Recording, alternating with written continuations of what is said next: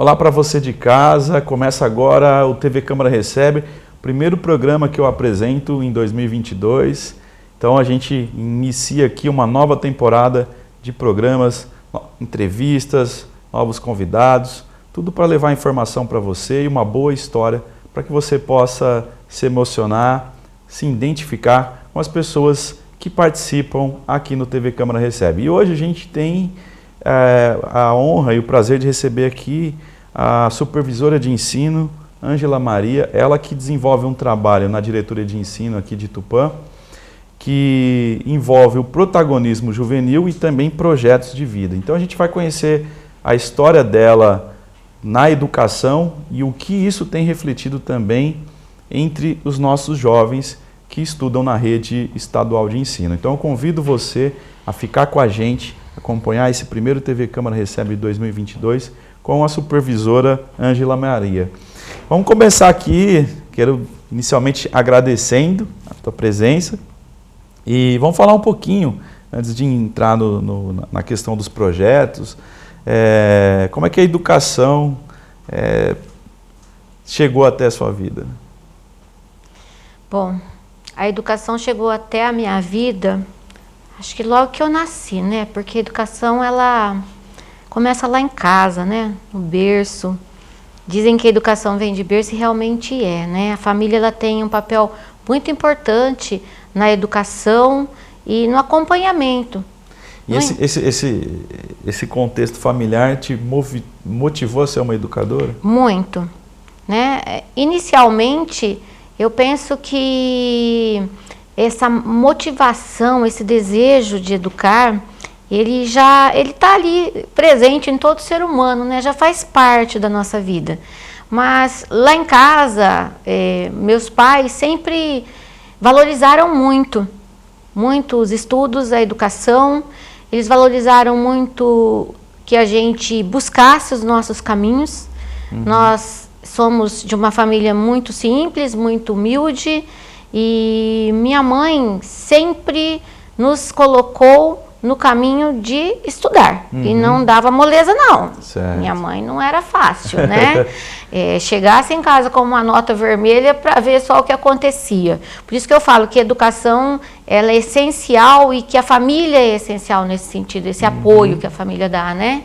Então, eu e meus irmãos somos em 3. Nós sempre fomos incentivados por nossos pais que deveríamos estudar porque este era o caminho. Uhum. Se nós quiséssemos ter uma vida melhor, se nós quiséssemos ter um processo, uma evolução na nossa inteligência, porque meu pai e a minha mãe sempre nos incentivaram a buscar. Com a minha mãe eu aprendi a gostar de ler. Minha mãe estudou até o 2º ano, do que hoje é ensino fundamental, e meu pai até o 4º ano. Mas a minha mãe, ela amava a leitura. Legal. Então ela me ensinou a gostar de ler. Eu e o meu irmão do meio. Né? E aí foi, né? Fui para a escola. Confesso que eu não era uma aluna muito boazinha, né?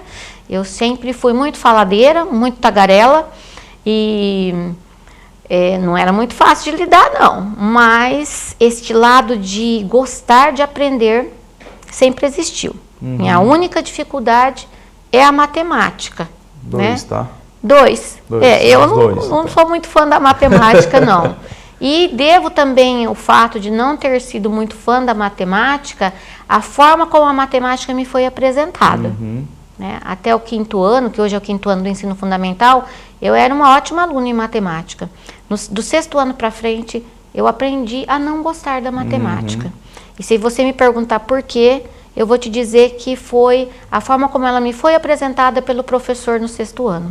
O professor, ele tem uma influência muito grande na vida das pessoas. E aí, nesse sentido que eu volto a perguntar para você, teve algum professor que motivou você a se tornar uma professora, uma educadora, assim, que você falou? Sim. Você falou, a família deu a base de instrução, de educação, que é papel, que muitas vezes as pessoas ignoram e querem terceirizar isso para a escola. Sim. Mas assim, a decisão de que carreira seguir? Então, eu tive vários professores, né, inesquecíveis, mas tem alguns que nos marcam de uma forma que fica para a posteridade, né? Você não esquece. Então, nos primeiros anos do ensino fundamental, como eu já disse, eu era muito tagarela, muito esperta, e eu terminava a lição sempre antes dos outros. E para não dar muito trabalho, né, a professora percebeu, a minha professora de 4º ano, naquela época ia até a 4ª série do ensino fundamental, a minha professora da 4ª série do ensino fundamental, ela percebeu que eu amava a leitura. Então, como que ela trabalhou comigo? Eu terminava as minhas atividades antes e ela sempre tinha um livrinho para que eu lesse. Eu ficava ali na sala lendo, enquanto os outros conseguiam terminar a tarefa. Então, ela tinha uma biblioteca, e olha que naquela época era difícil livros, né? Hoje a gente tem aí as bibliotecas das escolas ricas, mas naquela época era muito difícil a gente ter assim o acesso a livros. E ela tinha uma biblioteca no fundo da sala e com muitos livrinhos encantadores, né? Que fazem a nossa imaginação, né, voar. E ela me disponibilizava esses livros. Então, ela me incentivou muito. Eu tive uma professora de 3ª série, que hoje ainda tem muito contato com elas, viu? Uma mora na minha cidade, a outra... Você é de Quatá, né? Eu sou de Quatá. O pessoal que está nos assistindo, para a Ângela. Sou de Quatá. Uma mora na minha cidade, a outra mora em Campinas, mas eu tenho contato com ela pelo Facebook. Olha que incrível, né? A gente se conversa pelo Facebook, pelas mensagens do Face. E essa professora, ela enxergou meu potencial, além de enxergar a necessidade também econômica. Então, ela, além da sala de aula, ela me levava para a casa dela. E ali na casa dela, tinha um filho que estudava na mesma série que eu. Nós fazíamos lições assim juntos e o tratamento era como se eu fosse da família, né? Por isso que eu falo que acolhimento, incentivo a ter a criança, o adolescente ter um projeto na vida, a criança poder exercer o seu protagonismo, alguém enxergar essa criança é muito importante. E aí, só para completar, né? Na universidade, onde é uma terra que as pessoas falam assim, esse contato é muito diferente. Eu tive uma professora de doutrinas políticas, eu fiz história, né? Então eu tive uma professora Você fez história? Fiz história na Unesp, em Assis. E essa professora, ela enxergou o meu potencial e apostou. Ela apostou, me incentivou. E aí eu me tornei uma boa aluna também na universidade. Claro que não a melhor, mas uma boa aluna, né? O suficiente para poder levar para a vida aí essa formação. São quantos anos já de atuação? Eu comecei na educação em 1987. Eu me formei em 1985. Ingressei, né, como titular de cargo. O primeiro concurso que eu fiz eu já consegui ingressar em 87, mas dando aula mesmo em 1985. Eu comecei a dar aula e voltei a dar aula na primeira escola que eu estudei em Quatá. Puxa, que legal. E são histórias de muito reconhecimento, viu, Thiago? Porque a minha mãe, ela era servente nessa escola. E o pessoal da escola gostava muito dela. Então eu me formei e o diretor da escola falou para minha mãe assim, falou, olha, eu vou conseguir que a Ângela venha dar aula aqui. Mas a gente quando inicia, pouco conhece. Minha mãe entrou de férias, foi viajar, foi passear na casa do meu irmão e eu em casa, esperando a atribuição de aulas, né? Mas não sabia como funcionava. Aí um dia esse diretor, por incrível que pareça, a minha casa fica em frente à escola. Esse diretor foi lá no portão de casa, eu sentada lá na varanda, ouvindo as pessoas dando aula e muito triste, porque eu queria dar aula, mas eu não sabia o caminho, né, de chegar até a escola. Ele foi lá no portão de casa, falou, Ângela, você não quer dar aula? Eu falei, é o que eu mais quero. Ele falou, mas por que você não foi lá fazer a inscrição? Por que você não foi lá procurar a gente? Eu falei, mas é porque eu não sei os caminhos. Aí ele me disse, então vamos lá, que eu vou te orientar. E me levou até a escola, me orientou. Ele, a esposa dele era coordenadora da escola. Foram meus padrinhos, a quem eu devo assim, um reconhecimento imenso por tudo que me fizeram. Foram eles que me deram o início na minha carreira ali, né, dando aula. Ângela, a gente está falando da sua história e você sempre está pontuando pessoas que foram importantes, professores que marcaram. E isso tem tudo a ver com o projeto que hoje você desenvolve na diretoria de ensino aqui de Tupã, que é o Protagonismo Juvenil e o Projeto de Vida. Sim. Para quem está nos assistindo conhecer esse projeto, entender, eu queria que você explicasse o que você faz, o que você coordena e o objetivo desses projetos. Então, na diretoria de ensino, nós supervisores, nós temos os nossos setores de trabalho e os nossos projetos, né? Na maior parte das vezes, esses projetos, eles são oferecidos para nós, pela dirigente, e a orientação é sempre procurar aquele com o qual a gente se identifica. E eu sempre me identifiquei muito com a questão do protagonismo, com a questão do jovem, do adolescente, do projeto de vida, justamente pela minha trajetória. Alguém me sonhou um dia, alguém enxergou o meu potencial, alguém acreditou e me fez acreditar que eu conseguiria. Então, são projetos com os quais eu me identifico pela minha trajetória de vida. Então, eu trabalho com os grêmios estudantis, que já é uma vertente muito próxima do meu trabalho como professora de história também, né? Comecei lá, quando eu comecei dando aula, eu fui ser orientadora na época não era Grêmio, era Centro Cívico. Não vamos falar da minha idade, tá, gente?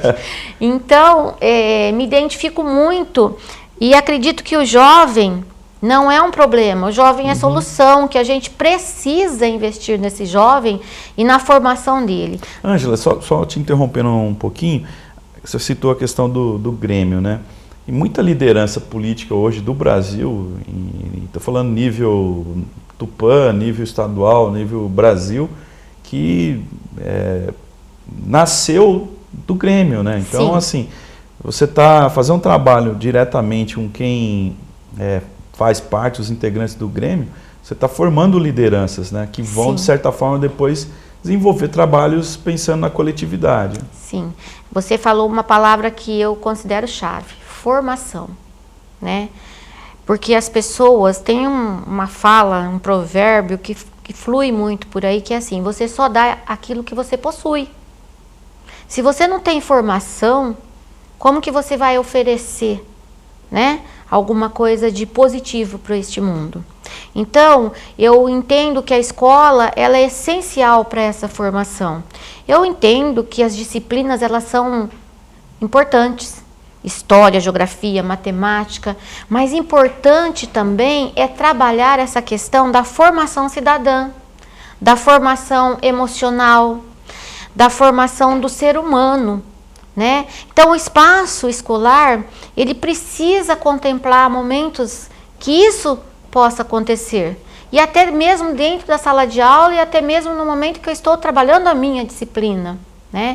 Enquanto educador, enquanto professor, nós precisamos ter esta visão de que é importante saber português, mas mais importante é saber que este português eu posso aplicá-lo na minha vida e de uma forma que eu consiga fazer com que o mundo se torne melhor. Um exemplo é você, né? Olha, você fez jornalismo, né? Jornalismo tem muito a ver com português, não é? E este português hoje, e esse conhecimento que você adquiriu ao longo do tempo, te faz ser uma pessoa melhor. Você consegue aplicar todo esse conhecimento em programas como este, que você deixa as pessoas assim à vontade, para que elas possam comentar da sua trajetória, né? E essa comunicação é muito importante. Então, muitas vezes na sala de aula, a gente não possibilita esses espaços de comunicação, né? De ouvir o aluno, de ouvir os seus desejos e de permitir com que ele protagonize situações. Nós queremos assim, nós somos imediatistas, né? Nós queremos tudo pronto e muito rápido. Então, como professor, e vou dizer que, não vou dizer que eu nunca fiz isso, porque tudo também é uma formação, é um processo de formação, né?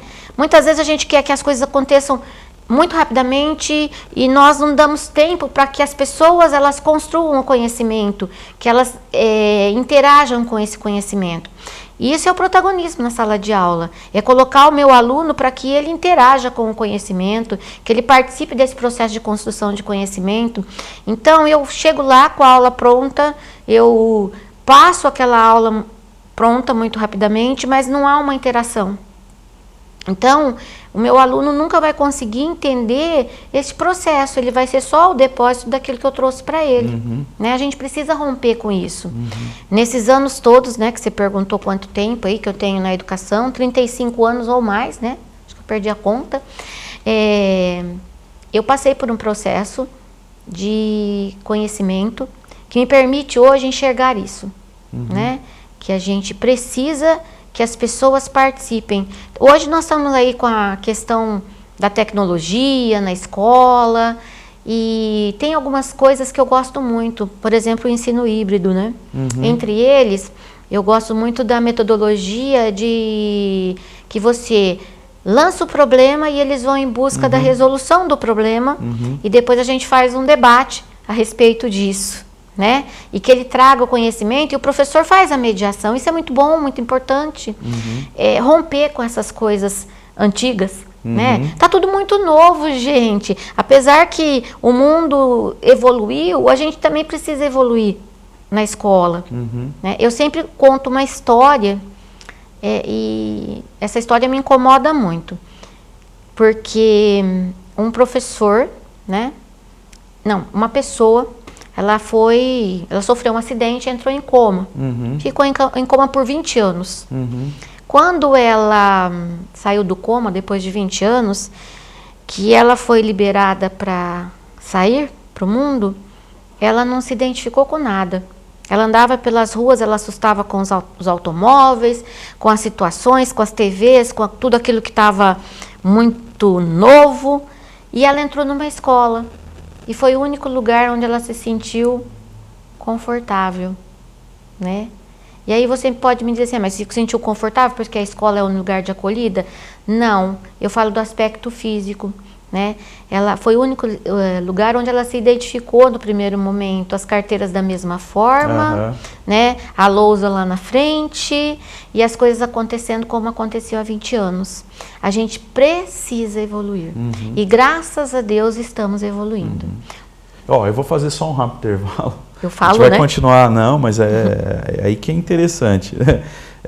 A gente vai continuar esse bate-papo, que é muito importante, até porque depois eu quero entrar na questão, a gente está falando desse projeto dentro da escola, mas quem está nos assistindo aqui, muitas vezes são pais, e os pais podem também pegar alguma lição aqui de protagonismo, de pensar o projeto de vida dos seus filhos, não simplesmente mandá-los para a escola, mas também incentivá-los.